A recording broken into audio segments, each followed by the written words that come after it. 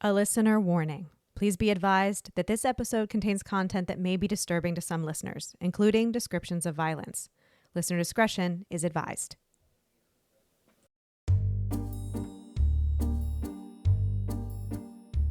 Life upon the wicked stage ain't ever what a girl supposes. I'm Jen. I'm Ashley. And I'm Olivia. And we are, in fact, three different people. This podcast focuses on true crime under the spotlight of arts and entertainment. So grab your beverage of choice and settle in. Places, ladies. Here's our episode.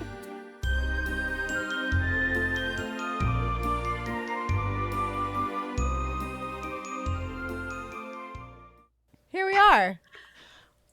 We are all a little more road worn than you all last encountered us because we've had like the Chipmunks' Great Adventure since last week. Oh my God. That is That's the so best cute. reference ever. I wanted to be who was the girl lead singer? Brittany. Beverly? Brittany. Brittany. Babette was the cute little. No, I wanted to be Brittany. Mm-hmm. It's Brittany, bitch. But it'd be like was Chipmunk. Brittany, Brittany Jeanette, and no, I think Babette, right? Was Babette? No. Yeah, It was the one that would What was be her with name? I'm Theodore. gonna look it up. If only we had a I'm checking. computer, we could look Look it up up. the. Oh, God. Wait a minute. She Are you was my checking? favorite. I love- because yeah, I Theodore love was always Theodore. my favorite. I have Chipmunks glasses. They're in my house right now. Like they're That I got glasses it, like- that have a chipmunk. What do you mean they're chipmunk glasses? They're like they have the chipmunks on them, like On the maybe from glasses. Burger King or something. From when I was a kid. Aw, you know what I have from McDonald's? When I was a kid, they gave away Aw. Care Bear glasses. Yep. And it's cute. I love it's it. Eleanor. What was her name, Ashley? Eleanor. So Brittany, I just need to Jeanette. say for the record, Jeanette and too, Eleanor? this is apropos of nothing. Alvin, Simon, Based Theodore. on, I don't know if this was true of the 80s, the show, but in the IMDb here, the voice of Alvin, the voice actor, also does the voice of Simon and is the voice of Dave. Same voice actor, Ross Beggs Desarian Jr. What? Are the same person.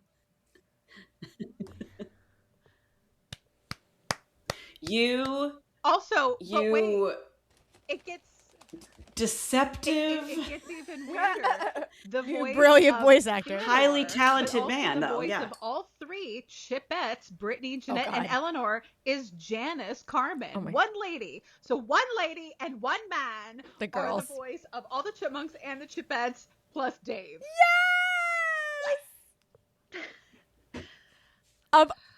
And Dave.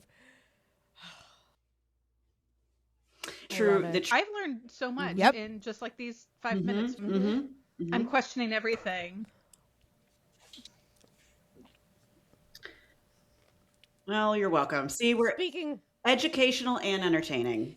of 80s cartoons, I have something important to share. Oh, I almost found all of the Ninja Turtles at the Louvre. Donatello. wait. Oh, Donatello escaped me.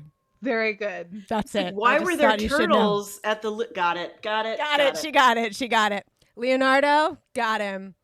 Raphael. Raphael. You know, Yep. Jen, Michelangelo, Michelangelo. done. those Donatello, boys he were was there somewhere, also but I couldn't in find the him. Vatican Find Museum. him. They were also Their place they is were too there, big. So very, very pleased to report. Mm-hmm. Mm-hmm. Well-traveled turtles, those boys. Well-traveled turtles. Speaking of well-traveled, let's before we jump in today, let's quickly update Where did we even go? our tens of listeners as to where Oh, we've been I mean, I lately. skipped town. Ashley, what did you do? And Yeah. did, what I am classifying as a soft elopement, and got married. Yeah. We had this I trip. love that. This trip already No big planned deal. for my 40th birthday. I have now entered my 40s. Yay! Right. We're all in the same decade. And Oh, woo! it was my That's great. 40th, and so we were talking about like, what do we want to do, Yeah. for our, our nuptials, and what's the plan, and what would this look like? And the more we sort of like were thinking about doing different stuff, there was just a whole lot of things that we could not get excited to like spend money or energy to like either plan or like execute. And we're like, what would be fun? We already have this trip planned. What if we just like rolled our honeymoon into this, and like, could we pull off getting married before we left, like for this trip, if we also make this like birthday / honeymoon? So we got married at 8:30 on a Saturday morning. The whole thing, it was just us, an officiant, and a photographer. That was it. It was great. And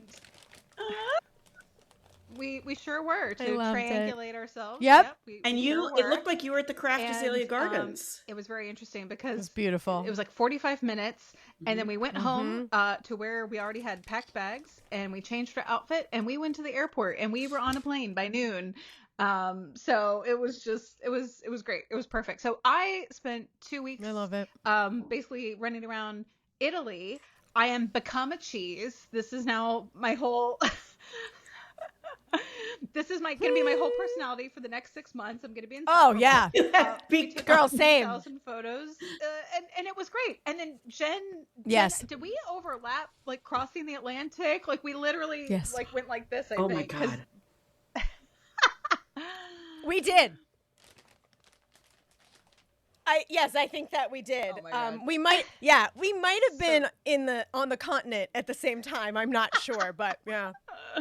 I know. The pilots picked up a weird auga noise, and they couldn't figure out why. what it was. You it was both just were us in the air, communicating to each other. It was great. Yeah. So I'm with you, Ashley. By the way, I think that sounds like the perfect ideal. Like, yeah, that sounds ideal. Wait, I have a question though. What would make something a hard elopement? To me. Is that like get in the car, bitch? We're going to get married. Like, what is a versus a soft? What is it? But to me, an elopement is where you leave town and you go to get married at the place where you've gone. So, like, if we had gone to Italy and gotten married in Italy, that would have been like a true like elopement. Like people who get married in Vegas, to me, elope. Like that's like. Yeah, you went to Vegas, you got married in Vegas, and then you came back. This I feel like is a soft elopement. That's a real elopement. We technically got married before we skipped town, but just barely. So that's why I'm like, it's a soft elopement.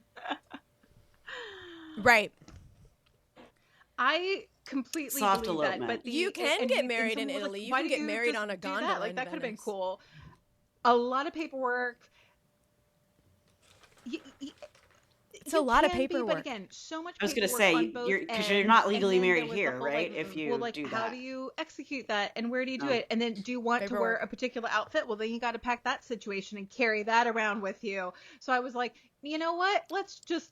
It's fine. It's really fine. Let's. You got to pack it. The packing. And that'll be the plan. I like a soft elopement. I think that's a good idea. Maybe like a barbecue. So I looked up the Merriam-Webster. The vacation, because that's the honeymoon at home who are so like care about such things. It. Elopement is an act or instance of running off secretly, especially to be married. Tell us.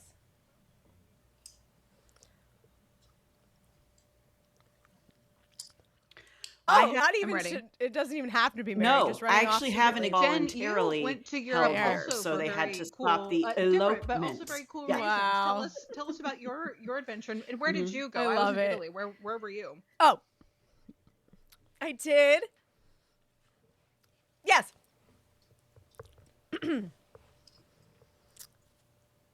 I did a little jet setting while I was in Europe. It was a lot of fun. The initial reason for going was our film for Rotten Rabbit TV. I'll just throw that out there. They won the 48-hour film fest in Orlando last year. So that means that we get to go to Filmapalooza, which is a big, huge film festival with all the different winners from all the different cities all over the world. Rough. This year it happened to be in Lisbon, Portugal. Well, isn't that convenient? How convenient. What's great for others, anticlimactic. And it's so funny. The last time they won was like 2 years ago, and they were so excited, and then they announced that it was in Orlando.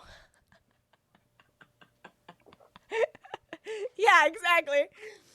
Yeah. So I was sitting next to Cameron Meyer, he's the film critic, and he was like, "Listen, if you guys win, it's in Lisbon. You should go. He's like, it's so inexpensive to go. It's such a fun city, and it's a great time." And I was like, "Okay." And then we won, and I was like, "Well, guess I'm going to Lisbon." Yeah, and so Derek and I both were like, "We're going." So we did. And Derek is a very good friend of mine, but he's also my videographer at The Lifestylist, and he's also in part of Love You, my production company. So we've been working together for a long time. But he wrote, directed, and was in the movie. So okay. So he went first. He got over there, and he went to like Porto, Portugal, which is like 2 hours north, and then went down to Lisbon. Might as well bounce Will and over to I, Paris. Will came with me, and we decided that after Portugal, we would go to Paris because, hey, we're in Europe. Why not? Why not? You know, we were going to go to somewhere else in Portugal, but at one point I just went, because Will had never been to Europe, and I was like, but just, we can go anywhere. Hold on. And I was like looking things up. I was like, it's a 2-hour plane ride to Rome. It's a 3-hour plane ride to Paris. Like, where do you want to go? So we picked Paris. So we went to Lisbon. My God. Derek joined. We had an absolute blast. We made a movie while we were there. Like Why not? We wrote a short film and like made a movie. So much fun. So we were in Lisbon for 3 days and then jumped a little plane and over to Paris. We went and stayed in Paris for 10 days. And it was so good. Absolutely incredible. We spent there were 3 days on purpose that we didn't plan anything, where we just walked around and wandered. Yeah. Well, we'll have to plan videos and photos. Olivia, from I want to hear about your travels the as Paris well. Opera House. And not to say they my weren't favorite place in the world. God. But the overwhelm of art and culture. We should plan like a even if it's just for us, but maybe like an event where we just show like slideshows of our European tour of just insufferable. Be like, and this is where. Oh my God! Can we have a slideshow of our vacation? This is when Ashley made a ravioli and was complimented on her technique by the sous chef of the Michelin star restaurant. That really happened. That was the situation. I'll never recover. Stop it. I've never been to Paris, though, Jen. So I'm Wait, did that really happen? Envious because I need to. I'm assuming it did. Wow. It's my. I've never been beautiful. to Europe. We got to get you there. It was and I have to tell you this, Olivia. It's so funny because you've been talking about potentially you might. Are we all going? When are you going? Yes. Like your family. Yes. And I had told that to Will the other day, and he looked at me and he goes, "Can we go too?" Yeah. Where are you? Maybe. Are we all going? Are we all going? Is that what's happening? And I was like, "Sure. I'm sure they'll be fine with it. It'll be fine."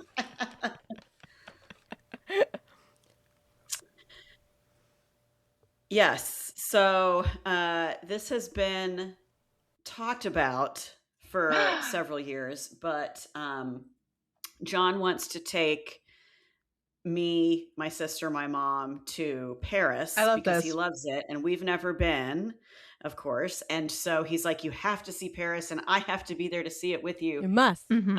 So that has been, and he has been bugging everyone to get their passports updated, et cetera, et cetera.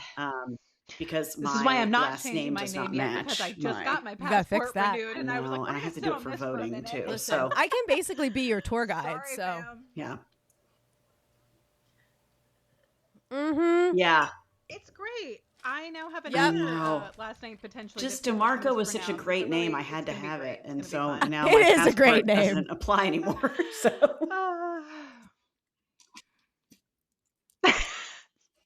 Not yet. We'll get you there. Well, I did not go to stow Europe. Away on your forthcoming trip just in case anyone was we curious. feel for you. You're gonna go. Oh, thank you for your pity. Thanks for your pity. Yeah, you're welcome. Are you on this flight? Oh my God! Yeah. Yeah. That's right. That's It's right.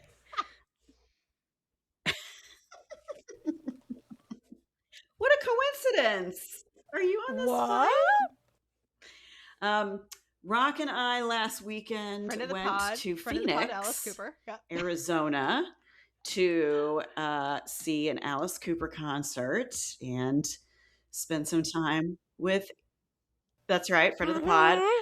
Spend some time with that gang because they're friends of ours. Yeah, and you probably had the nicest travel also, accommodations of the three of us. I didn't go to Europe, but I may have flown on a private jet. Just saying. Mm-hmm. Yes. Oh, I did. But flew with our mutual friend who I had never met, who knows you two, Amanda Platties. So yes. crazy. So, I didn't realize, I was totally Amanda blanked out that you were on a private jet. Okay. And so I was like, oh, that's funny. They were on the same commercial flight. No, this is even weirder. Yeah, it's... Yes. Amazing. Because it's now been announced. Her husband is the new CEO for Alice Cooper's nonprofit foundation, Incredible. Solid Rock. And so she was catching this jet with our jet set crew to Phoenix. And we just got to talking and instantly recognized we are very much similar in background and interests. And wait a minute. Suddenly she's like, I used to work in theater in Orlando. And I'm like, where? Oh my God. She's like, oh, the theme parks and Pirates. And I went, wait, when did you work at Pirates? And then it was, do you know Jen Bonner? And then somehow this podcast came up. And I said, it's also with Ashley Wilsey. And she went, Ashley Wilsey? She was 15-year-old choreographer when I worked at Wekiva River Players. And was like, here's this picture of me and Amanda, which was so like, oh very my God, odd. And then she was like, Ashley, like, we're trying to get a judge's ruling. Were you in fact like in high school, like fully choreographing like this show? And I was like, yes. And this happened more than once. Yeah. South Pacific was the show in question, and Amanda and I both did a fair number of shows with this group. It was South Pacific, right? I think they were still in existence in some form, but I think we only actually overlapped the once on South Pacific. Right. And it was really interesting, and I don't know if you shared this, but I remembered after that text. At some point, I think during the run, in that Amanda, because I was not in the show, I was strictly the choreographer. Amanda actually got really sick. Like she got like the flu or something, like pretty severe, and was like, I have to miss a performance. Like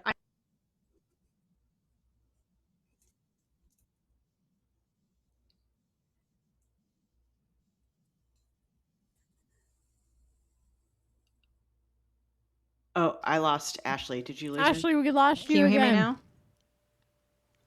That's so weird. We can't hear you. Where did you lose me? We do know what word she just said, though. Yes, we do. Yeah.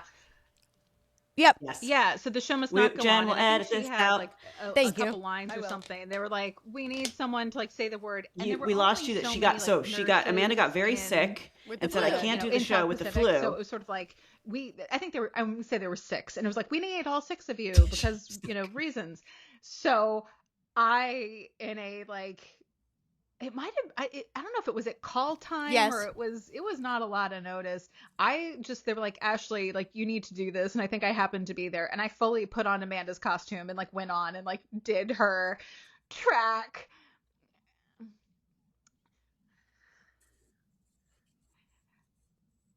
Maybe. Oh, you know what it was? No, I know what it was. So Amanda my God. was, again, No, she didn't. Oh my! I wonder if she remembers that. I was Nellie in college. I did bring Sarah Bernhardt back with me, though. I'm go out. Oh, that's right. She is Lounging over on me. the couch. Her dog. My actress looking over me every day. Well, getting into the meat of this episode, this is sort of not a spoiler, but because if you're listening to this episode, listeners, you know what this episode is about. But when I went into the waiting room just now, I was like, this week we're talking about Versace. She got it at Versace. To quote Showgirls, which is maybe one of the worst movies ever made. This week, Olivia is telling us about Versace, but specifically, like, why? Yes, why that's Versace, a great Olivia? question. Like, why are we talking about this? Versace. First, so we all say his name correctly. Versace. That's why we're talking about it. Yeah. to be clear, Gianni Versace we're not idiots, really he was an artist.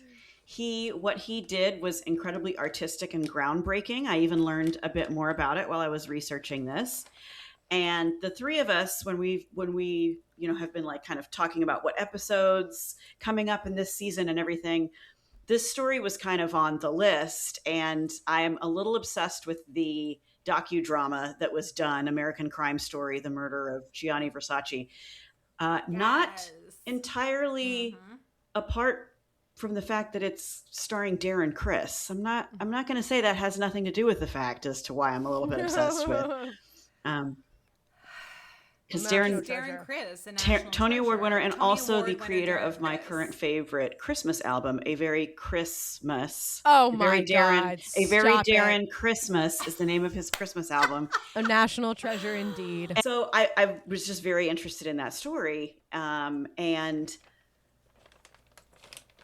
the just the talent level that Versace had and brought to the world of fashion.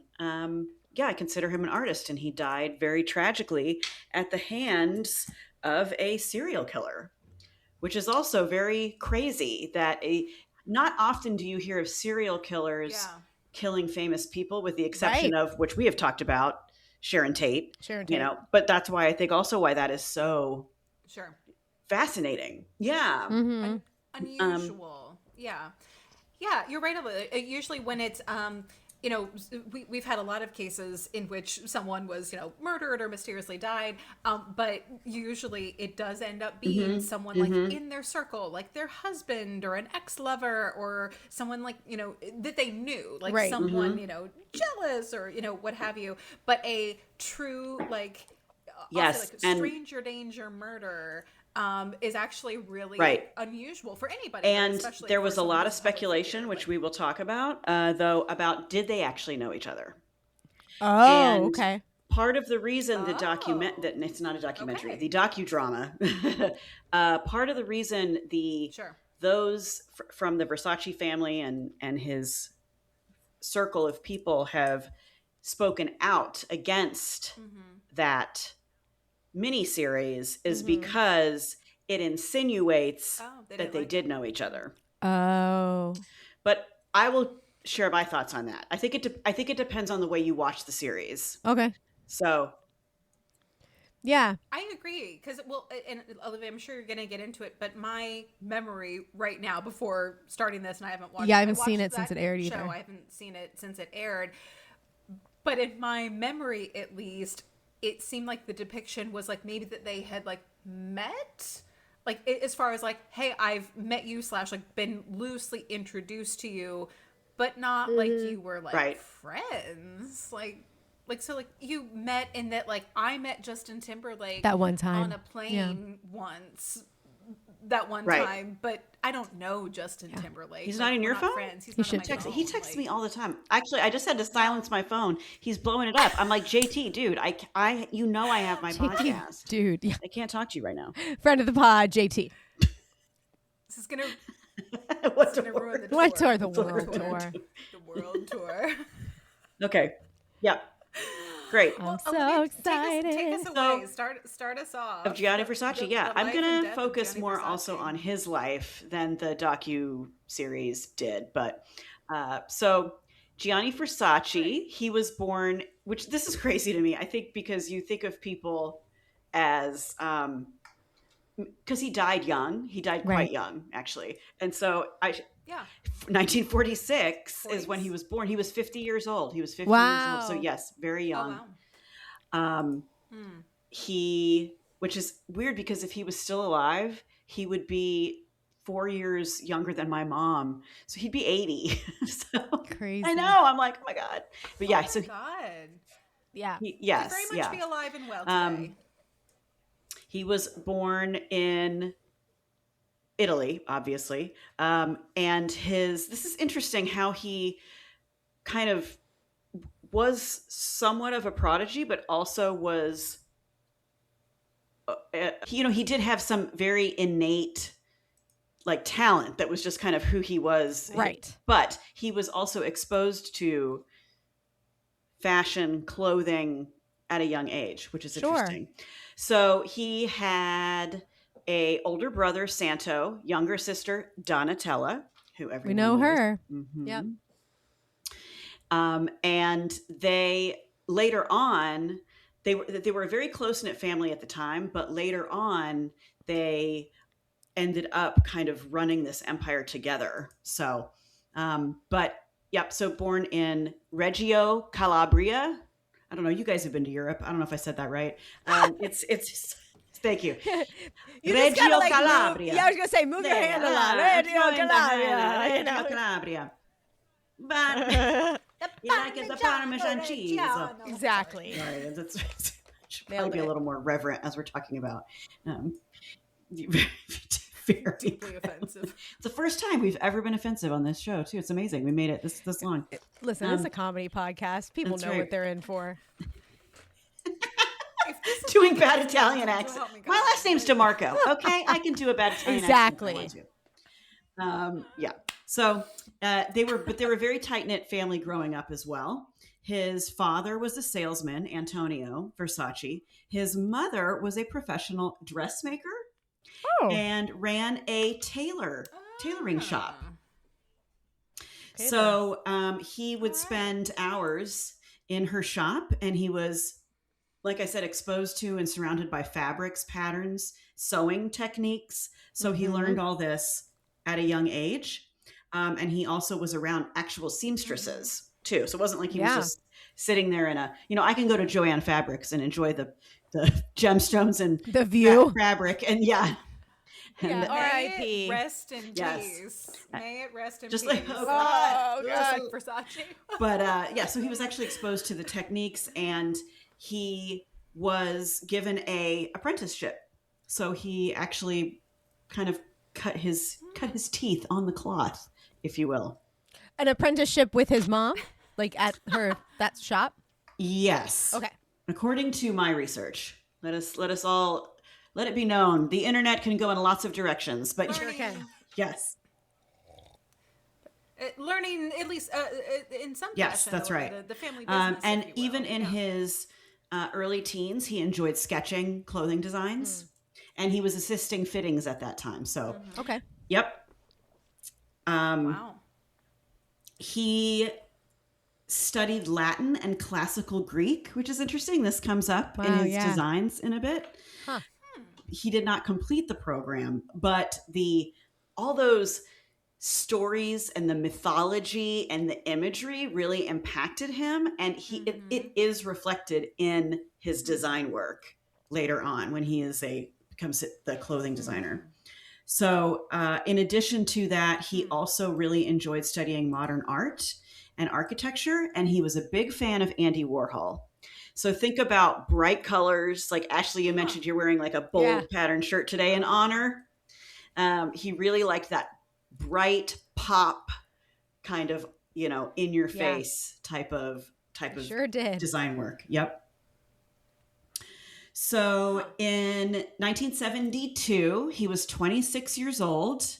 And I love this sentence because it makes me think of a song lyric, which I'm sure you guys will jump right into. He felt constrained by his provincial life.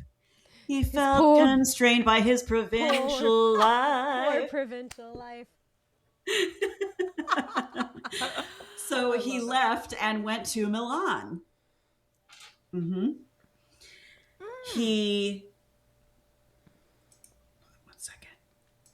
Switching to the next section of this. There we go. So in Milan in 1978, that is when he founded his own label, Gianni Versace. So he used his own name. And it was known specifically, and you can see how his early childhood filtered into this, for bold colors, eclectic prints. He liked form-fitting, sexy cuts, silhouettes of the body. He had a couple quotes that he said. One was, "Don't be into trends. Don't make fashion own you. You decide what you are." So I kind of like that. Like it was very much about like individual expression. You decide what you are. That's right. And he said, "I want to be the joy to people through my work." So yeah, he was successful, and he really found, I think it was his purpose. He was fulfilling his purpose. So when you do that, I think success follows. Yeah. Well, and that, like you said, Olivia, the joy in really wanting to do your own thing, and like a true artist, like, this is my art, this is my creation. Right. I'm not chasing a trend. People will appreciate the beauty and the design and the color, because it is this piece of art that you can wear and like live your life in. But because I have to, think of.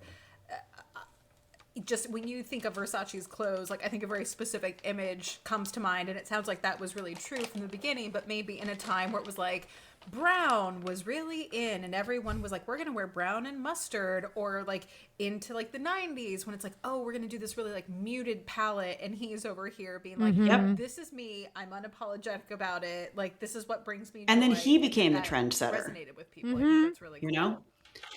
Right, exactly. Yeah. Exactly. I will tell you, don't even know what you want yet. I will tell you.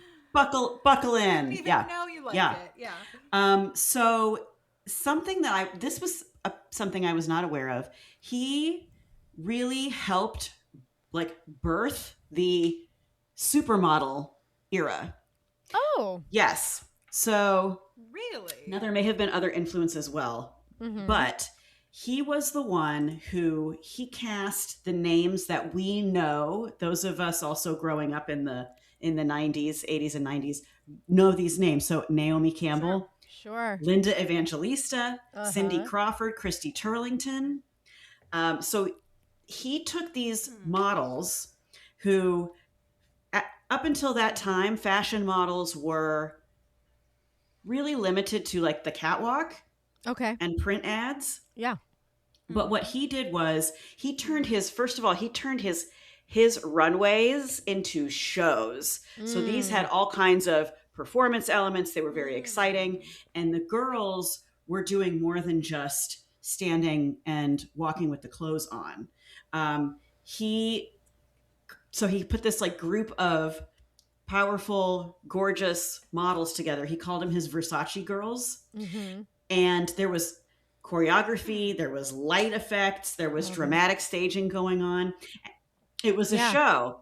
And he started inviting really celebrities and put them in the front row. So he was the first one that did that. So then what happened was Versace became synonymous with what celebrities wanted to wear. They wanted to be seen at his shows. But then the models really became celebrities because they were then there with the music industry, the pop stars, the celebrities. Right. And then he started encouraging them to appear in music videos and advertising and mainstream media. Interesting. Yep. So the models became pop culture stars because of Versace, because how he like brought them to life basically and allowed them to have these opportunities. And then the supermodel was kind of born. Yeah, it's very. Me neither. I had no idea about that. I didn't know that either. Versace. Yep. Yeah. And he was the one that really introduced high glamour into the fashion industry. So some trends that he really kind of pioneered was shiny skin. When you think about it, you think of like Victoria's Secret runway now. Like everybody's like glistening and glowing. So like shiny skin and strong silhouettes. So he was really into the female form and silhouettes. He also lived as an openly gay man. So that was something that was unusual at the time. He had, if he was with his partner, they didn't introduce the partner as like a lover, but they also, if they were having press conferences or they were at events where there was media coverage or whatever, they also didn't say, this is like my assistant. They introduced him with whoever he was with at the moment as a companion. So it was like they didn't make it big and bold, but also it never denied it. But they didn't hide it. But he was he was very much out, and there was not like, Right. oh, when will you settle down, Gianni Versace? Like, he wasn't doing what, and again, a lot of celebrities, did this, Right. even if they were privately out as, being gay, publicly to take, I'll say, that extra step to just publicly Right. be like, nope, this is my companion, Right. Ricardo, or Yeah. whomever. Yeah. Like, So, yeah. I also think the cities he lived in were Milan and Miami, and I There's think Miami too, and right? of course Yeah. in New York with the fashion scene. But I think that those are more open communities back in the 70s too, 70s, 80s, 90s, a little bit more open to than if you're living, Yeah. in User friendly. Dayton, Ohio. Dayton, Ohio. He would not have, I don't think he would have found his flow in Dayton, Ohio. Probably not. Everything's gray. I don't know. Maybe they need it. Listen, Priscilla, Queen of the Desert. Come on. That, right? It's true. It's true. So I mentioned it's interesting that he studied the Greek myths, and that really stuck out to him. Yeah. A key figure, and you know what? I've seen this. We all know what Versace looks like. Yeah. And it's easy to recognize. Like you said, Ashley, it's easy to recognize a Versace piece. Yeah. Bold colors. And chains. He liked the gold chain. Gold that chains. was often woven in the pattern, or Loves a chain, but something yeah. else that's often High there contrast. is a Medusa head. Yep. That's Yes. right. Was It his became his logo, like, and I dug into this a little bit. He really liked the myth of Medusa. Mm-hmm. To him, Medusa symbolized beauty and danger together in one Yeah. being. An intoxicating, irresistible figure. It is very. He Yeah. liked it because he considered his brand to be glamour with an edge, and that was, Yep. obviously That's Medusa. had been so beautiful and then turned into this dangerous monster. Mm-hmm. Huh. He also, something that he talked about was, he didn't talk about how the myth of Medusa turning men into stone, right? But what he talked about was that she would make people fall in love at first sight. Mm-hmm. That's what he wanted to happen with his clothing, so that you would look at it and you couldn't look away, and you were entranced by it, and then you had to have it. Mm-hmm. His quote about Medusa was, "She makes people fall in love with her and they have no way back." Ooh. I know. True. It's so cool. It kind of makes you want to rethink, actually, the myth of Medusa as well, as being, rather than, of course, there's so many layers to that myth, about It's men and multifaceted. right. But right. Yeah, it's more complicated. And she is a woman, so That's right. obviously she's the bad guy. yeah. But to him, she was the hero. That's what I love about this I idea. know. She was the hero. She was the edgy, dangerous, seductive, Well, beautiful. I And feel like- you can't resist it. Gianni Versace didn't really play into the patriarchy all that much, so Sure. That is absolutely. And also, if you haven't Correct. done anything wrong, you shouldn't need Right, to worry exactly. about being That turned is- into stone. So. Correct. Maybe that's the lesson. That's right. Yeah. So is that if you can't handle the the sweet Versace, sweetness get out of the Milan. I don't know. Yeah. So another major part of his life was he did have a long-term partner. Mm-hmm. And as we will talk as we kind of go through this, it's interesting the spin that the media put on things, not only while he was alive, but immediately, and I mean moments after his death. This spin kind of came, but he did have a long-term serious partner. I do think that they had a kind of somewhat open relationship. They were committed to one another, but there were other friends that were around, which is not uncommon in the gay community, Right. And his partner that he was with for about 15 years and who was with him on the day he was killed was Antonio Damico. I hope I say that right. Damico. I'm not sure. And this is, and for those who've watched the series, That's right. This is portrayed by the Ricky Ricky Martin. Yep. So they met in the mid 80s in Milan. Damico also was a fashion designer, and that's how they met. So they had common interest, and they were always very private about their relationship, not hiding, but just not throwing it out there. Nope, we're not sharing a lot of, they like to keep it. They like to keep it together, just in between themselves. And I think there's actually something really smart about that, because celebrity. Yeah, I'm not a fashion icon or a celebrity, and I don't tell everyone everything. There you go. Exactly. Relationship. Yeah.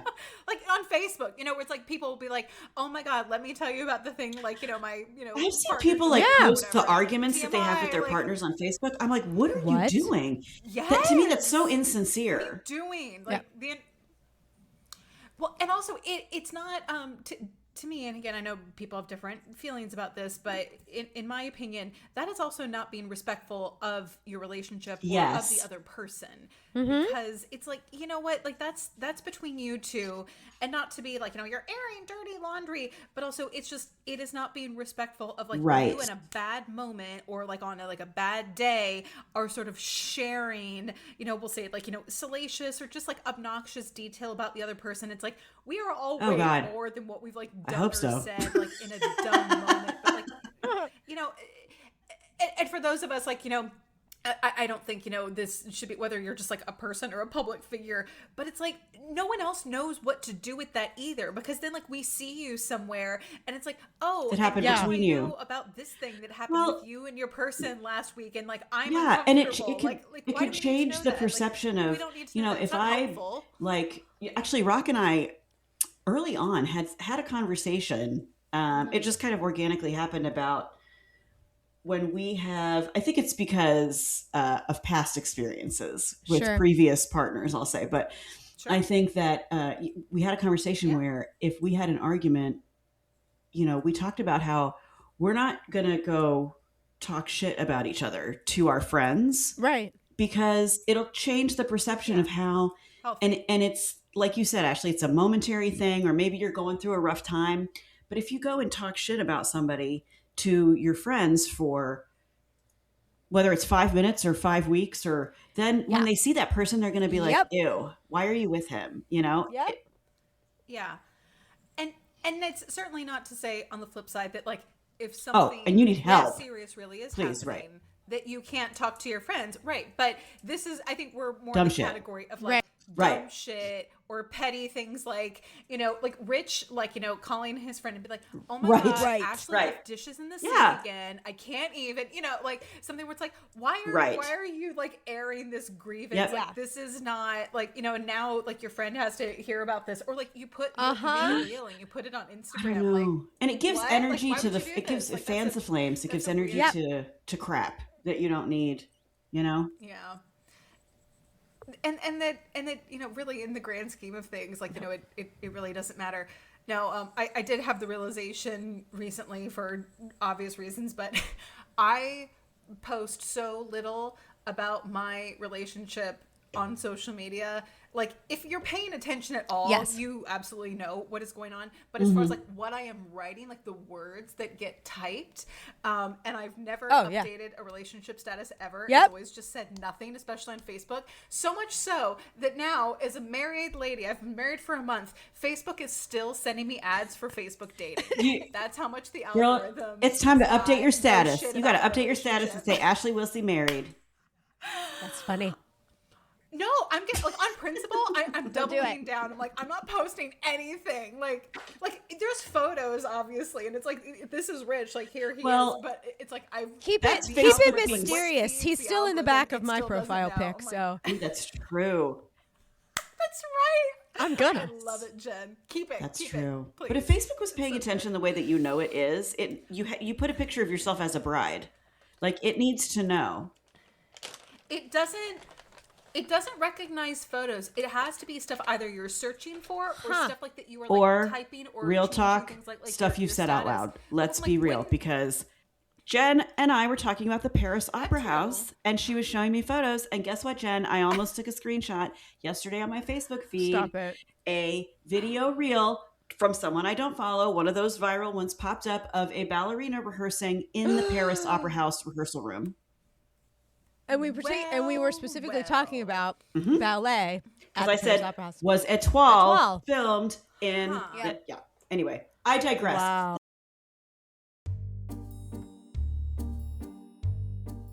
Hey friends, Jen here, and we hope you're enjoying this episode of Life Upon the Wicked Stage. Just a few quick reminders. If you're looking for any of the visuals that we've mentioned in this or any episode of the podcast, make sure to follow us on Instagram at Wicked Stage Pod or Facebook at Life Upon the Wicked Stage. If you want more, please join our Patreon by searching the Wicked Stage Podcast.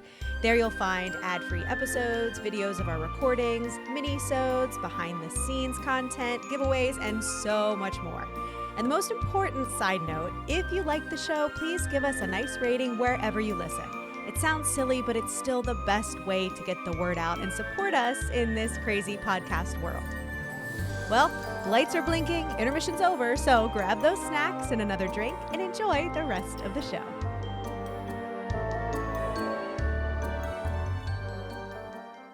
So Versace and Damico were ahead of the time with not sharing their... It's private. That's right. Keeping themselves to themselves. So, yes. like I said, they were together for 15 years. So from 1982 until Versace's death in 1997. A great year. 1982. It was a good year. It was a good year. Jen's a fan of 1982. Jen's a fan. And they had homes in Milan, Miami, and Lake Como. So that's another. Very nice. It's very nice. Very nice. It's very nice. Damico would later, because of course, since everything has happened, he has been talked to, as well as this documentary, because that's stirred up some things. He has contradicted what's in this. I need to quit calling it a documentary. The miniseries. He has contradicted because it showed him as a little more emotionally volatile, and he said they were very calm, affectionate, and stable people. There was not real drama in their relationship. They did not argue about marriage or children. That was not a question at all. Neither of them wanted children, and they couldn't have pursued marriage because it wasn't allowed anywhere. Right. Right. So that dramatized that for the was, screen. For the drama, for the miniseries, but not in any way rooted in reality. So got it. They were together on the morning of July 15th, 1997, which is unfortunately when Versace was murdered outside his home. So we'll get into that. I would like to pause before we go into that and talk about the person who would enter Gianni Versace's life, Andrew Cunanan or Cunanan. Okay. So we kind of looked at like Versace's background and how his childhood, influenced who he became and what he did. So similar to Andrew. So we're going to look at Andrew Cunanan's background a bit. Andrew Cunanan was the serial killer who ended his murder spree with Versace's murder, which is what ended up ending his spree because it got so much media attention. And yes, Ashley, you have a question in the back? Andrew? Yeah. Yeah. I have a question for the class. This is a real question because I've heard and seen both. Was Andrew Cunanan a serial killer? He was that is actually a question that comes up that we're going to talk about. What is the difference? Okay. Yes. Great. Yes, we love a learning moment. That's right. That's exactly right. That is exactly right. Let's just say for now he was a multi-homicidal person. Multi-murderer. Yes. Multiple murderer. I'll also just while we're here, while we're also paused, I just want to flag, because we've been talking about the miniseries, which is called American Crime Story: Versace. The Assassination of Gianni Versace. And assassinations, like what's the difference between like murder and assassination? And basically the short answer is, of the three of us, not to make it dark, Jen is the most likely to be assassinated because, no, here's why. Because Jen is a rising actress, and Jen in her lifetime will undoubtedly achieve some sort of celebrity status. Like Jen will be a household name. So when Jen inevitably like wins her Academy Award for Best Actress, after I join the cult, next, like, and am released from it, obviously. No, we're gonna stop you from joining the cult. But no, you're not going to join the cult. Right. You have to win Best Actress. You have too much to do. But in order to be assassinated, you have to be a public figure. Like, that is the difference, and it is a intentional, deliberate killing of a public figure. Also, because they're a public figure, not like, oh, I'm a public figure, but my husband murdered me. That's just a murder. But something like Oswald killing JFK, or something like this, where this person sought out someone who they knew to be a public figure, but it was like a stranger danger killing. That is assassination versus a garden variety. It's interesting to like some nomenclature. So like, I probably will never be assassinated. Again, of the three of us, because of her career trajectory. Jen, thank you. Again, Jen, you're gonna be fine. But I'm just saying, Jen potentially could maybe be assassinated someday. Probably Although, not you and I, here's Olivia. my We're question: cool what if you're like not a celebrity but known within a certain community? So like, I work at a college, and a lot of alumni know who I am, and I've definitely upset a couple of them. Do you want to be assassinated? Like, what's happening here? But is that what it would be called? I actively try to avoid upsetting people, by the way, but I definitely have achieved that status to some of them. Damn alumni. It's also, it's interesting. The definition on assassination, it also says the term tends to be more descriptive in historical terminology. Like, it's easier to say that someone was assassinated like well after the fact, because it's like, how prominent were they? But like, and again, not to like bring down like the vibe completely, but like, there have been senators or like lawmakers in assassination attempts or in our country, actual or assassination murders, an assassination attempt, or were assassinated. So I don't know what the threshold for a public figure is. I think it's easier in politics because someone is holding like a public office. I think with like celebrity, in terms of just like pop culture or like actors or artists, I think it's a little bit more vague. But I think if you've risen to the level where you are more or less a household name, or you're like appearing regularly like in Vogue or at a certain status, I think it's fair to say that like you've achieved public figure status. Versus, like, to your point, Olivia, is it more local?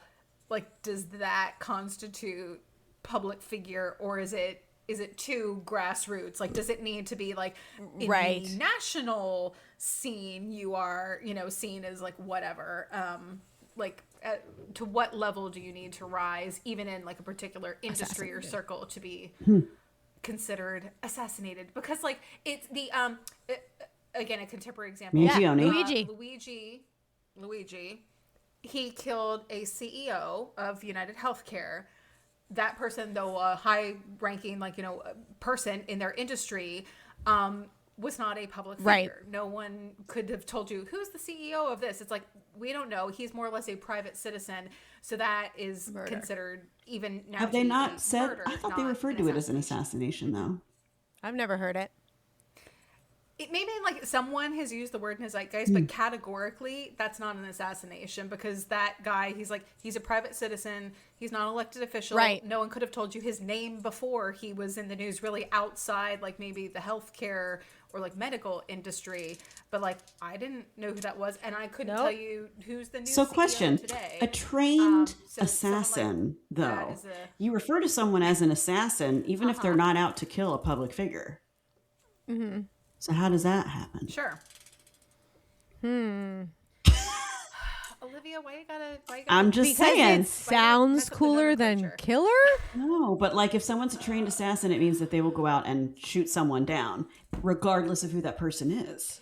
Well, because probably they're people that they would have to assassinate. So maybe they use the highest level of the word. Or it could be the fact that if someone is, I love again, this. We're on a total digression, but let's just go there. Yeah. So if you have someone who is a trained assassin, they are theoretically working for CIA, well, like a shadow government organization. Are you talking about Barry? So you're. That's an example. I was actually thinking of the what's the movie with baby Natalie Portman, The Assassin. Actually, I think it's called The Assassin. The Assassin. But those people are also usually, again, in like movies and pop culture, like stuff we've seen. Yeah, we don't to be clear. Allegedly. But to be clear, I don't. We don't. I don't. But they are taking out someone who is also usually politically affiliated, or it is in the interest of that country to be like, hey, we're going to assassinate like this leader of like a terrorist group, or we're going to like assassinate this warlord, or we're assassinating, like they're not assassinating random civilians, or like, hey, like Debbie's husband is a dick, like we're gonna assassinate damn it, Debbie's him. Like, husband. But you might rise to hire their level an of- assassin to kill Debbie's husband. But you also hire a hired But killer. that's- Like but even when they're they're murder for charged, hire. though, Mm-hmm. Right, a murder for hire. I was hitman. just gonna say, Jen, yeah. A hitman, yeah. Didn't we have a case where murder for hire was one of the charges? I don't misremembering remember. this? I I feel do like we too. had a case where murder for hire, but they call that because you can be charged with attempted assassination. Right. So John Hinckley, who tried to kill Reagan, was charged with attempted assassination. But if I am, pissed at Olivia and I hire someone to take her out, I am only going to be charged with murder for hire, not attempted assassination, because Olivia. First, how dare is you? not a Second public of all, figure. I would hope, though, that you would hire like a high-level assassin to take me out. Don't just go down to the corner and be like, yo, here's $1,000. Like She's going to have to hire a needs high-level to assassin be- to take me out. Yeah, it needs to be higher level. He needs to be like camped out somewhere in a tower for like several days. Like this needs some planning. First of all, I don't have. Well, no, because you just got married in Italy. Second of all, You got married and went to Italy. I was going to say before Italy. Second of all, Olivia, you're a delight, and I would never have you assassinated or murdered Well. for hire. For the record, in case Now that we've cleared this up. about this theoretical discussion. So for purposes of our discussion, Gianni Versace was, yes, he was murdered, but technically, would it be safe to say he was in fact I guess assassinated the common Andrew lexicon, because that's what the miniseries was called, the assassination of. But everything Andrew had done up until that point was just cold-blooded murder. Mm-hmm. So I don't know. Straight I up think murder. Right, you know yeah. what, listeners? What do you think? What do you think? Write in. What do Let you us know. think? Let us Send know. us your thoughts. Yeah. Yeah. WickedStagePod@gmail.com, or slide into any of our DMs. Yeah, and let's see how quick those accounts get flagged. Yeah, like to be clear, not Maybe plotting any, which is Right, what you right. think. Jesus. No, just Right. That's That's all all we we're need. about the asking. Yeah. nomenclature. That's all we're asking. This is very This very is the specific. semantics. Okay. Oh my God, I love it. All right. So Andrew Philip Cunanan was born August 31st, 1969. He is sorry, I'm going to out Rich. He's a year Oh. younger than Rich. There you go. Wow. Oh my there you go. God. That's right. Yeah, he was a year younger than Rich at some point in time, but yeah. He was a year younger than Rich. In Wow, a suburb okay. of San Diego called National City, California. So he was the youngest of 4 children, born to Pete Cunanan. His official name was Modesto, but he was known as Pete. And I don't know where Pete comes from, Modesto, but Not even a little nothing bit. no. to do with one And Mary Ann Shalacki. Shalacki. I don't know. Shellac. His father was a Filipino-American Navy veteran. Okay. Interesting. And became a stockbroker. Marianne was a homemaker, deeply religious, which a lot of these can be traced back to give me that old time religion. Yeah. A religious trad wife in the 60s? Shocking! So Cunanan was biracial, which I think they did a good job in the docuseries of portraying his Darren Criss, yes. And Darren Criss, also biracial. Also, perhaps if there was conflict about that, maybe. I mean, internal conflict from Andrew. Oh. Well, you think about it, you are born essentially, again, as a non-white person in the midst of the Vietnam War to be a biracial child in that era in these United States with a very unpopular war and all sorts of issues surrounding that. Like, under the best of conditions. I think there's a lot here about his identity and how he saw himself. Yeah. So that may have just been the first piece of the Jenga puzzle that comes crashing down. But so it was a middle-class family, looked fine from the outside. Internally, there was a lot of chaos and emotional instability. So his father, and I think he gets the worst of both parents combined. So his father was very emotionally domineering and very status conscious. Okay. So status is a big, it's going to play into this. His mother had chronic depression, which was brought on by verbal abuse of her husband. Pete. Yep. And marital conflict. Yeah. And So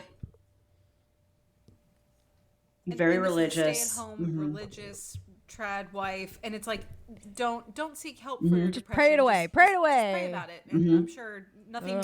And then you have to wonder, as we have explored so many times on our episodes, was there something else mentally wrong with her that would have been a genetic trait that got handed down that was being perceived as chronic depression, but was there something else? Depression well, can also yes, depression, but also was there a personality disorder in addition to a mood disorder? I don't know. Just So because a lot of people have domineering fathers and emotionally maybe upset mothers, it doesn't mean they turn out like this or unavailable, whatever. Yeah. And to quote Legally Blonde, happy people don't commit murder. They just don't.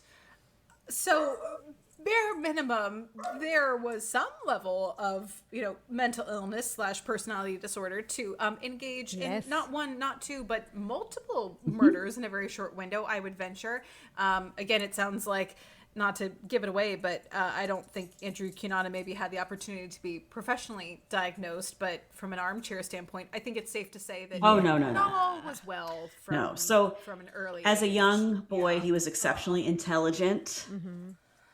He had an incredible memory. He could recite information from encyclopedias. He was very precocious. His IQ was reportedly, he was tested in school, as many of us were. His IQ was reportedly 147. That's a very high IQ. Wow. Yeah. That's a very high IQ. So very smart and clearly very damaged is not a good combination. So he grew up in a household of strict discipline from his father, emotional volatility from his father and his mother, and then the parental conflict. So something that he did to cope as a child was he invented elaborate fantasies and kind of lived in this fantasy world as an escape from what was going on. He often lied about his family. He lied about their background. He lied about how wealthy they were, like as in lying that they were quite wealthy. And even insinuated that they were basically like American aristocrats. And so they had all this power. God. Oh my God. With status. His father being obsessed with status, it's also like how much of that is, say, histrionic personality disorder, and how much of that is also just sort of you leaning into the, we'll say, like, what your father is, you know, either obviously or, you know, subtly sort of telling all day, you every day, And he probably, and actually, so he, even though they were a middle-class family, he was enrolled in an elite private school called the Bishop's School. And in order to do that, his father made considerable financial sacrifices to maintain the perception that they were very wealthy. So his father was perpetuating this, we're really wealthy. Look, Andrew, I'm going to send you to this school where you're surrounded by rich kids, and now you're going to want to pretend that you're also rich like them. But that they couldn't even afford, so they're going into that they're debt wealthy. to that they're perpetuate wealthy. the illusion that they can afford to go to this during school. his Oh my God! Yeah, so much pressure on. And the so child. during this time, he was, you know, later on when people, of course, would dig into his background, classmates and teachers described him as charismatic, always a red flag, articulate. He was obsessed with his appearance, and he was meticulous about his appearance. He was known as a compulsive liar. They knew he would tell stories that contradicted each other all the time.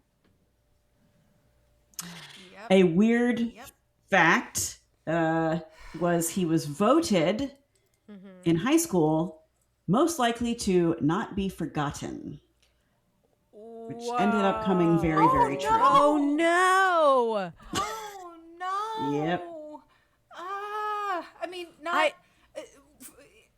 There's really so many ways to slice that. It's one of those, foreshadow. Yeah, I hate it. Well, and all of this is, it sounds like, Olivia, this is throughout his childhood, and now we're into high school, but everything you just named, again, I am not a licensed psychologist, but I have a lot of intel and reading on this, and what you are describing is some intersection of histrionic personality disorder and narcissistic personality disorder, both of which are in the cluster B personality disorder grouping, which is in the same category as sociopathy. Yes. Which the bad things, the kind of that dark triad kind of. So yeah, well, and like dark triad tends to be for psychopathy, which is a little bit different, but the whole like I'm gonna lie, but I'm also very charismatic, but I'm also extremely insecure, and I'm going to sort of like make up these like grandiose stories, but also have like really poor emotional regulation. Like a lot of this, it sounds like from a young age, is sort of seated, and the thinking on cluster B personality disorders, the shorthand from professionals is that psychopaths are born, sociopaths are made, and that there is, you know, the thinking is for any sort of personality disorder, there is a genetic component. There has to be, like, it has to be seeded genetically. That wake up that gene, right? Wake it up and kind of bring it to the forefront, right? Yes, and that can sort of make an already difficult situation worse. So, because it's all a spectrum, right? So it's like you can have, you know, narcissistic traits or leanings without having full-blown narcissistic personality disorder. You can have histrionic leanings without having full-blown histrionic personality disorder.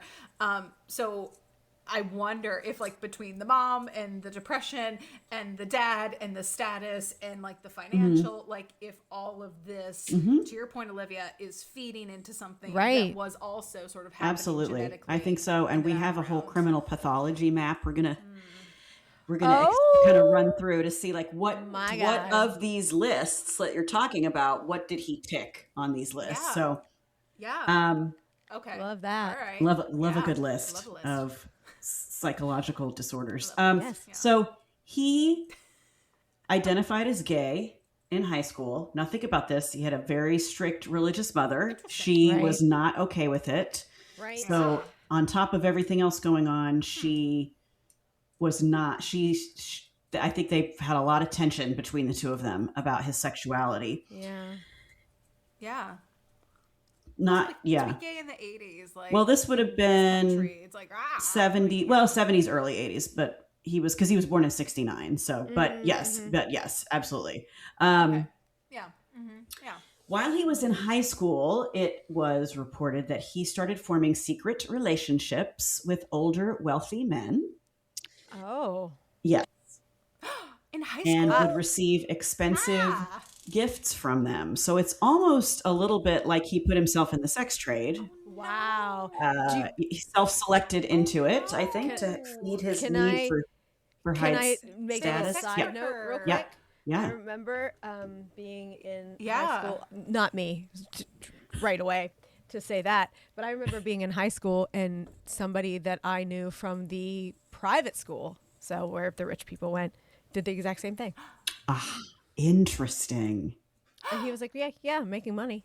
And I was like, is he in jail now? You should Google him. Okay. Oh, no, I know where he is, and he's very successful. Oh, God. Oh, okay. Very successful lawyer, in fact. Dear. Well, but a lot of lawyers are sociopaths, so like by there you go, right? nature, yeah, surgeons, and lawyers. And I was like, and CEOs. what? But you know, that's dangerous. Like, no, it's fine. It's easier if I don't see you as a Well, person. Yeah, no, that's really interesting. And this was also like, for obviously Olivia, but it needs to be said. Right? This was also pre-internet. So to be like a juvenile sex worker, this implies like you must have some sort of in-person contact. Feet It's not like you're pics. just gonna, like, I think you have to know where to photos, hang out, through, and you like, have to go physically DMs, put yourself there, and then make yourself Right, available. go to a place and, Whether like, they were do passing his something. name around, I don't know. I mean, I don't know. We're making a lot of speculations, but yes, you're right. There was no Craigslist that you could put an ad on at this point. Or you're not just doing like you're Nope. not doing like sexy Or even like DMs sexy or, like, phone I'm gonna calls, send you probably. just, like, It's a probably sexy much pic more. Because that is a thing now, and I know there are a lot of college students do this, especially girls, where it's like, you're a sorority. Why is your Instagram sort of curated like this? Like, what are you doing? Like, this is your sorority, and you're all like mostly naked. Like, what is happening? And they are being like, oh well, I'll like just like DM with these men, and they'll send me money, and I'll send them photos. Like, this is a situation that is like it's like a low key like sugar baby, and they never meet them. They don't ever meet in person, so it's not like, and they don't consider it to be like sex work. They're like, well, I'm just like chatting like with this guy. That's and, like, the he just, like, foundation of spend money, OnlyFans. and I'll just, like, They're send not him having photos. sex with these people. They're know. put videos and photos, and you subscribe, and you get as sex workers. And they don't see themselves like I think if you have an OnlyFans, I think it's fair to say you've crossed into sex work, which is fine. Correct. If you're a legal consenting adult. But like for a teenager to be exchanging money for like photos of your unclothed body, it's like that is sex work, and also A child. you can't consent to this because you're a child, and that's a Life crime. must be like Please don't. to not have the moral and ethical holdups that I have. Yeah. I don't think it is that, Maybe Jenny. that's it. You know, I like, don't know, but I as a kid was and I such a oh gosh, so Like, that's- aware that of wouldn't I don't want to even have cross my mind. No, I don't want to have sex. I'm a child. Like, I wasn't interested in any of that.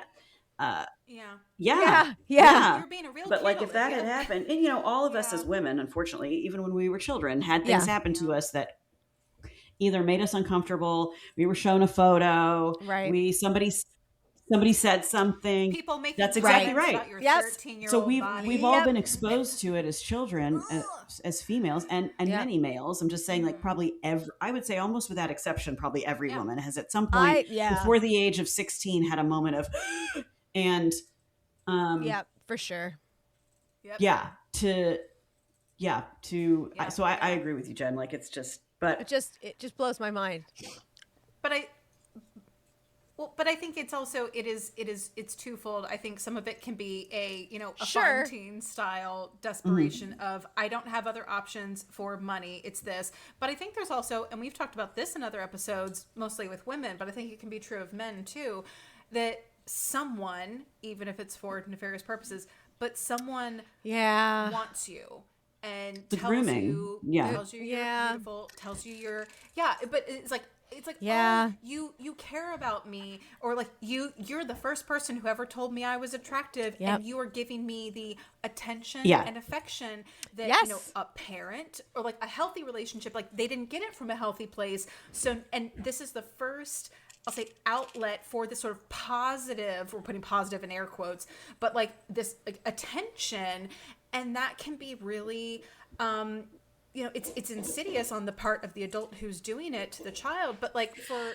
but I know, like yes, feel really good in the moment, and it's so that's where it gets so predatory from the adult standpoint. But for the kid, it's almost like they don't have like the ability to even fortify themselves against something like that. So I can see with someone like Andrew Cunanan too, where it's like, for all the reasons, Olivia, you've sort of set up about his like insecurity and like wanting status and wanting resources. And then also you have this, sort of precarious relationship with the parents. I so see how older men could have preyed on him. And at the same time, he could have just been like, yeah, this is a great way of making some extra cash. And he doesn't think it's any big deal. I see that as well. However, I also wonder, knowing what ends up happening, was it flipped? Was he seducing the older men and making them feel attractive?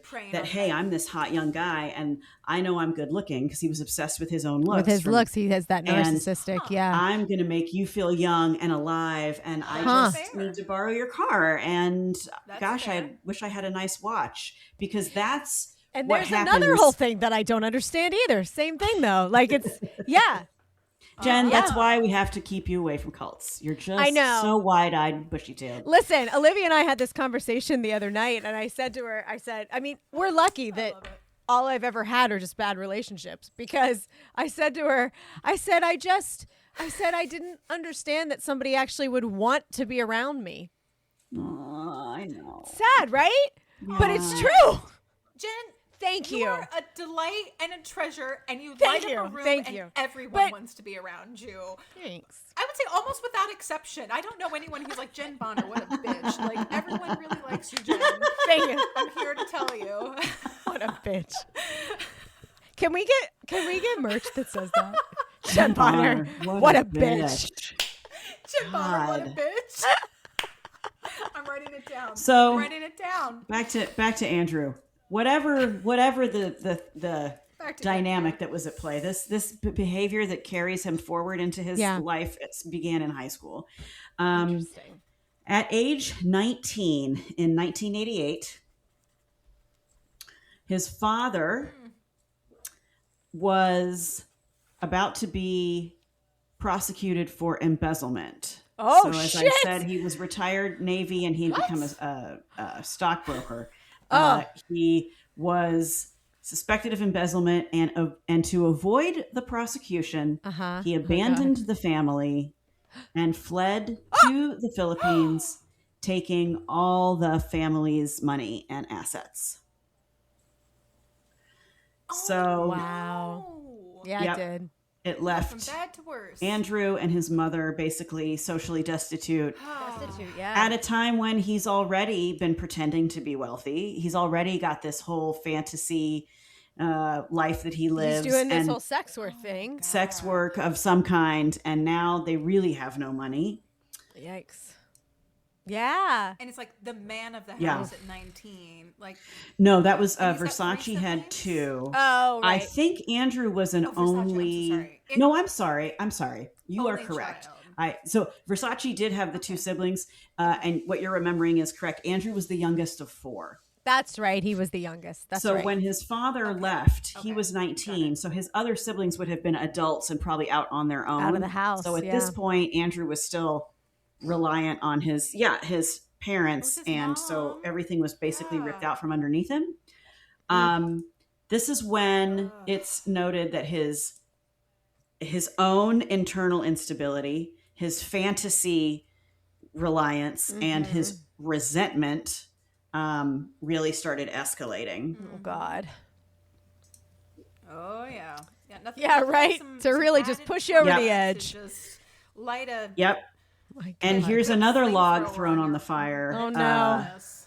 Apparently, right after his father left, he and his mother got into a violent altercation about his lifestyle. So I would imagine that she found out about probably some of these relationships with older men, or that he was just gay. just acting on his. Or just He knew he was gay. identifying as gay before, but maybe she found out he was actually acting on his impulse. Right. So no. Not better, No. Mom. Not helpful. So Not by the helpful. end of Andrew's adolescence, when his father has ripped everything out from under him, the Right. small semblance of some kind of stability that he had is ripped away. He's basically left incredibly intelligent, deeply insecure. He's obsessed with status and image and wealth. And he has been shaped by being a compulsive liar and living in a fantasy world. It's great. It's Really great. bad combo. Yeah. Bad combo. Really bad combo. Bad. Yep. So the pathology that the criminal pathology, this is just kind of, I'll just run through this because this really has nothing to do with our story. It's just interesting to those of us that are into like Mindhunter and Yes. you know, what makes these people tick. So that's right. Those of us that like to shrink. So number one, which you mentioned, Ashley, narcissistic personality traits. So especially in Cunanan's case, there were the signs of grandiosity and self-mythologizing. So making himself into this huge, important person in his own mind, and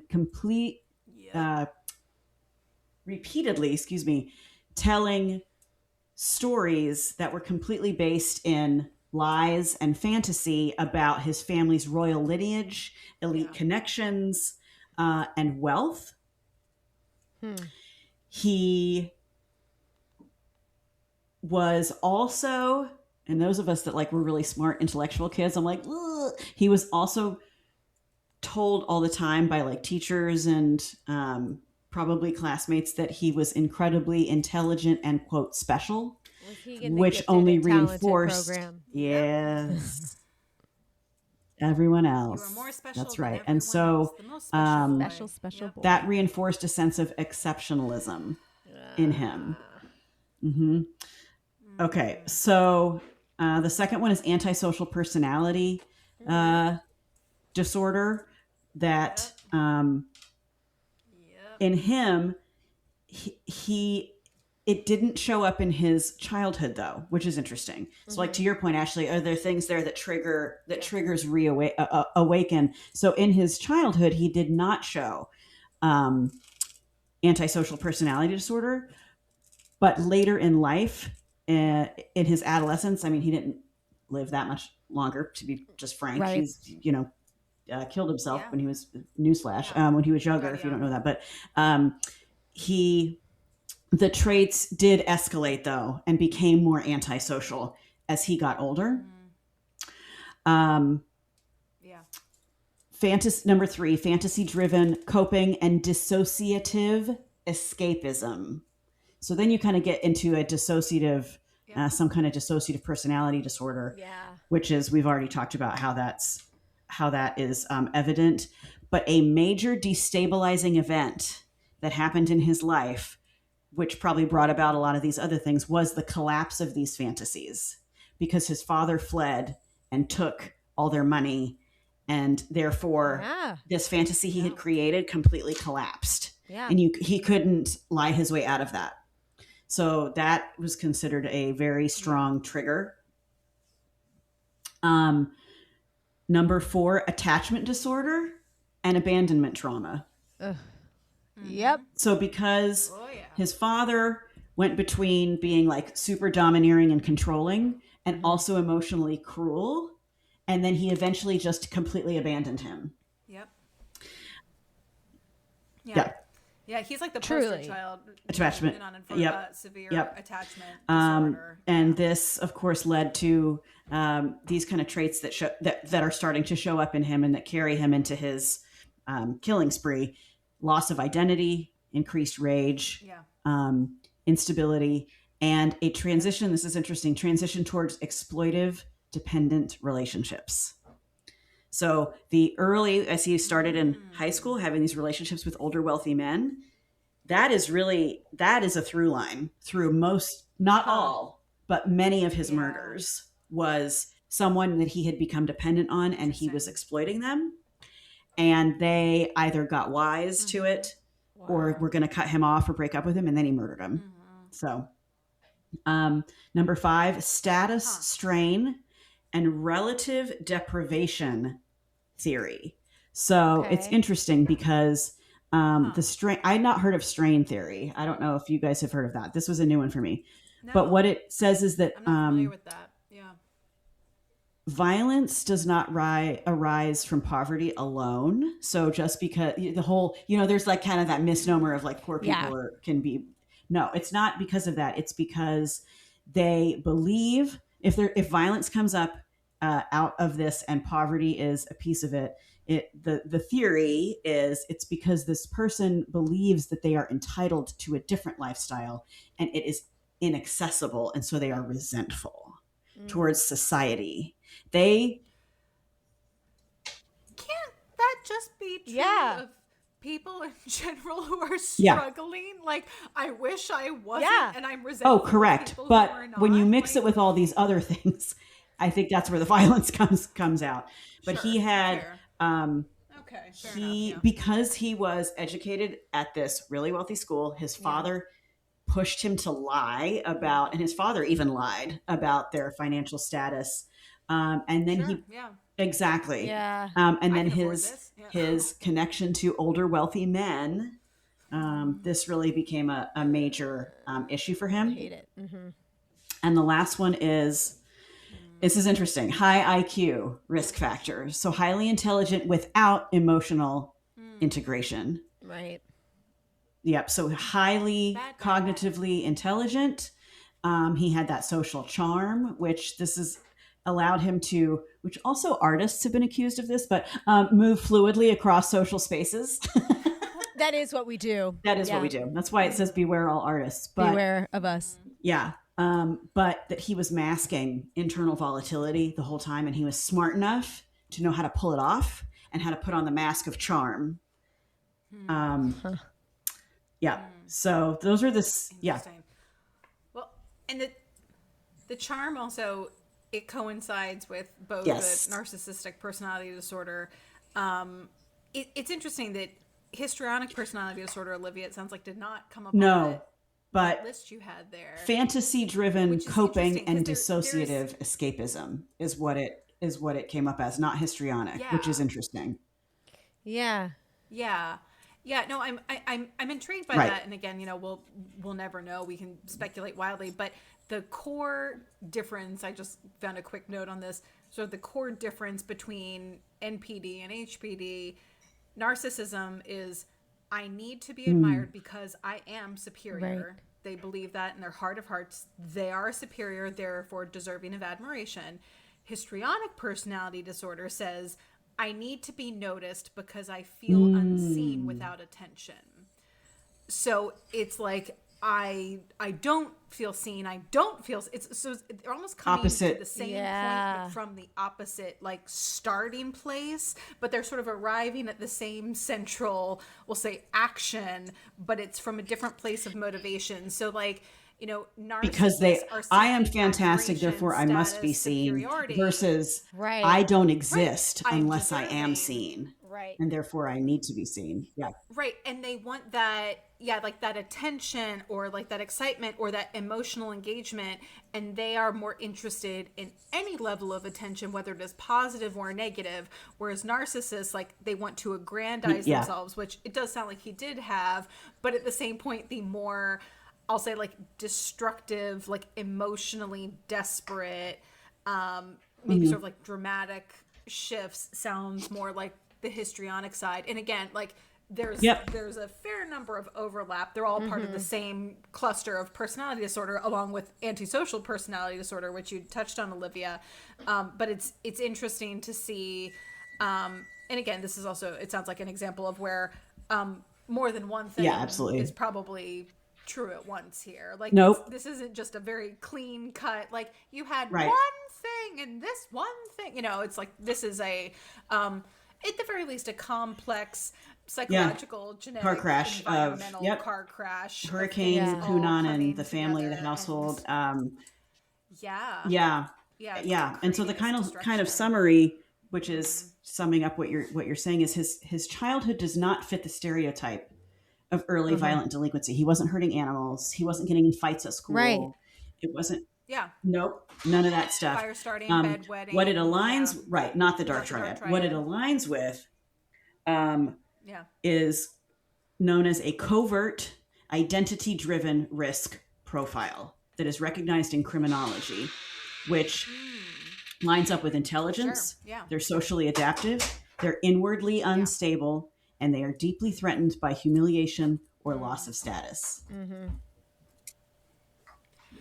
Well, and I think that's a big thing too, Olivia. And it sounds like you're going to maybe get to this with some of the killings, but how much was humiliation as much of a driver of these crimes as loss of status? Resources? Like, how much of this... Yeah, like, how much of this was emotional? I killed you for money, or you made me feel stupid and abandoned, so I'm going to kill you. Yeah, I think you're going to see both happen here, but the outlier is still the Versace killing. So very interesting. Okay, so I'm going to quickly run through his timeline of killings, and then it's going to bring us to back to where he and Versace intersect. So it was in 1997, this killing spree. And this is where the serial killer versus spree killer comes into question. And though there is still debate, most likely he fought, like, I would say most common, like when you put all the common denominators together, he fits more under the spree killer rather than a serial killer. But at first, what's interesting, and we'll talk a little about the FBI and how they screwed this up. A listener warning. Please be advised that this episode contains content that may be disturbing to some listeners, including descriptions of violence. Listener discretion is advised.